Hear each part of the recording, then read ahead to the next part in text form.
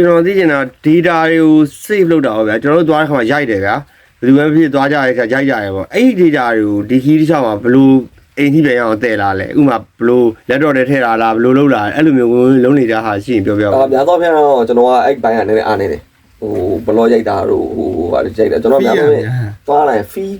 ခံတာပဲများတာရဲလာပြီဆိုတော့ကျွန်တော်တော့ကောက်ရိုက်တာတဲ့ဆိုင်ထိုင်ပြီးတော့ကြည့်နေတဲ့အချိန်ကပုံများတာပေါ့နော်အဲ့တော့အဲ့လာတော့နည်းနည်းကျွန်တော် record အားနေတယ်ဒါပေမဲ့ရိုက်ခဲ့တာတွေတော့ရှိတယ်ရိုက်ခဲ့တာတွေကတော့များသောဖုန်းနဲ့ရိုက်တယ်ကိုပရိုရိုက်တယ်ရိုက်ပြီးရင်အဲ့မှာကို head display ပါ head တွေထည့်တယ်အဲ့ inline channel ပေါ်တော့လို့ပေါ့နော် head တွေလည်းထည့်လာမျိုးတွေတော့ရှိတယ်ကန်ဆိုလာကကိုဆရာသမား head တွေပါပျောက်လိုက်တော့တင်တာပျောက်သွားတော့အဲ့ဒါလည်းကျွန်တော်သိရထဲဝင်မသိရအဲ့လိုမျိုးတွေပေါ့နော်ဒါပေမဲ့အဲ့ဒါကြီးလည်းကျွန်တော်အရင် fee တော့တိတ်ဖြစ်မနေဘူးဘာလို့တော့ကိုကအဓိကခံလာနေတာကိုရောက်ခဲ့ပြီးသွားတယ်တရားရောက်ဖြစ်ချင်တာဒါကို motivate ဖြစ်စေတိုင်းနဲ့ motivate ဖြစ်စေတာတော့အခုခုနလိုပေါ့ခက်ခဲတဲ့ key တွေဗျကျွန်တော်ခုချိန်นี้ဆိုရင်ကျွန်တော် motivate ဖြစ်ဆုံးကကျွန်တော် key block သွားကျွန်တော်ဘောအတွက် channel အဖြစ်ဆုံးဒီ JTU key စင်ပဲကျွန်တော်မ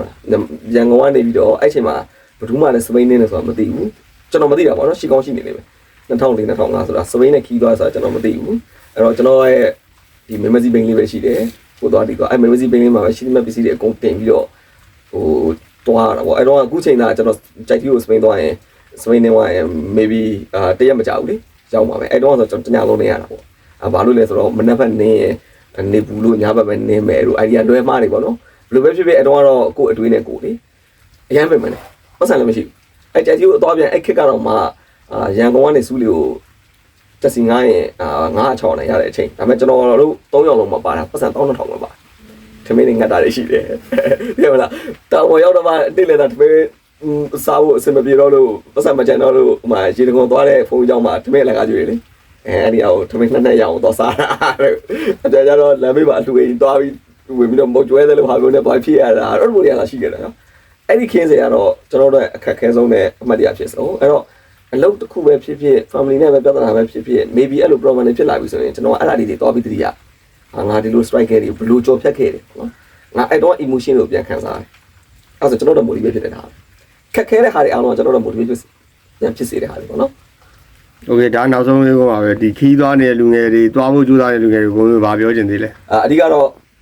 တစ်ချက်ပဲဟိုတခုလို့ကျွန်တော်တခုပြဆက်ရတယ်ကိုဘာလို့ချင်လဲဆိုတာရှင်းလင်းနေဖို့လိုတယ်ကိုကြောင့်သူများမထုတ်ကဒုက္ခမရောက်စေနဲ့ဒုက္ခမရောက်ဆိုတာကိုကတော့သွားနေတာသွားနေပြီကိုမိဘကဒုက္ခရောက်နေတာမျိုးမရဘူးနောက်ပြီးရင်ကိုယ့်ရဲ့အနာဂတ်ကြီးပျောက်သွားမှာမဟုတ်လေမဖြစ်စေချင်ဘူးအခုဆိုလူငယ်တော်တော်များများကျွန်တော်တွေ့တယ်ဝါသနာကိုတော့အရင်လိုက်တယ်ဒါပေမဲ့တစ်ချိန်မှာသူတို့ဘာဖြစ်မလဲပေါ့နော်တစ်ချိန်မှာသူတို့ဖြစ်လာမဲ့ဟာကိုလည်းသူတို့ကြိုမျှော်မှန်းပြီးတော့ကျင်းနေမယ်ဆိုတော့ကျွန်တော်ဘာမှပြောစရာမရှိဘူးဘာလို့ဒီတိုင်းသွားကျင်တဲ့လူတွေလည်းရှိဒါပေမဲ့အဲ့ငယ်တဲ့အချိန်မှာကိုယ့်ရဲ့ work life balance လို့ပဲခေါ်မလားပေါ့နော်လုပ်ပေါ်ကိုယ့်ရဲ့ကြီးမှန်ချက်ကိုလည်းမပြောက်စေနဲ့အဲ့ဒါတွေတွေကလည်း saving လုပ်လာပြီးတော့မှ emotional saving ပေါ့မိသားစုနဲ့ပတ်သက်တာတွေအဲ့ဟာလည်း saving လုပ်ပတ်စံလည်း saving လုပ်ပြီးတော့မှကိုသွားကျင်တဲ့ဟာကို target ချပြီးတော့သွားစေချင်တယ်ဒါပေမဲ့မသွားဘဲနဲ့မနေနဲ့မဖြစ်ဖြစ်အောင်တော့သွားလာလိုက်တဲ့ဘယ်ခီးပဲသွားပြီးတော့ရင်တစ်ခုတော့တိုးလာတာအထူးသဖြင့်ကျွန်တော်တို့တဘာဝအခြေခံခီးသွားပို့ပြီးတော့ရှင်မဲ့တဲ့ရောက်အကုန်လုံးနဲ့ခံစားတွေ့တဲ့လူနဲ့စကားပြောသူတို့ရဲ့ဘဝတွေအရှင်းဆုံးပဲများစာအုပ်တုပ်ဖတ်တာတဲ့ဆိုင်ခီးတစ်ခေါက်သွားတာကျွန်တော်တို့ပို့ပြီးတော့စေပင်ဖြစ်တယ်လို့ကျွန်တော်ယူဆတယ်နှလုံးသားနဲ့ချက်ပင်ထိုးတယ်ပေါ့ဗျာနေရာတိုင်းမှာနှလုံးသားနဲ့ချက်ပင်ထိုးခဲ့တာအဲဆိုရင်ကျွန်တော်တို့အတွက်ဟိုတစ်ချိန်ချိန်မှာကျွန်တော်အခက်အခဲတွေကြုံနေတော့သူတို့ရဲ့အခက်အခဲတွေကိုကျွန်တော်တို့သွားပြီးစဉ်းစားလိုက်တာနဲ့ငါရဲ့အခက်အခဲကဘာမှမဟုတ်ဘူးဆိုတာအနေနဲ့ကိုယ့်ကို motivate ဖြစ်စေတယ်ပေါ့နော်ဘုံသူတာလည်းအများကြီးရတယ်ဒါကျွန်တော်အတွေ့ပဲအဲ့တော့လုပ်ချင်တာဖြစ်အောင်လုပ်ဒါပေမဲ့ကိုကြောင့်တော့မိသားစုရောကျန်တဲ့လူရောဒုက္ခမရောက်တဲ့ပုံစံမျိုးနဲ့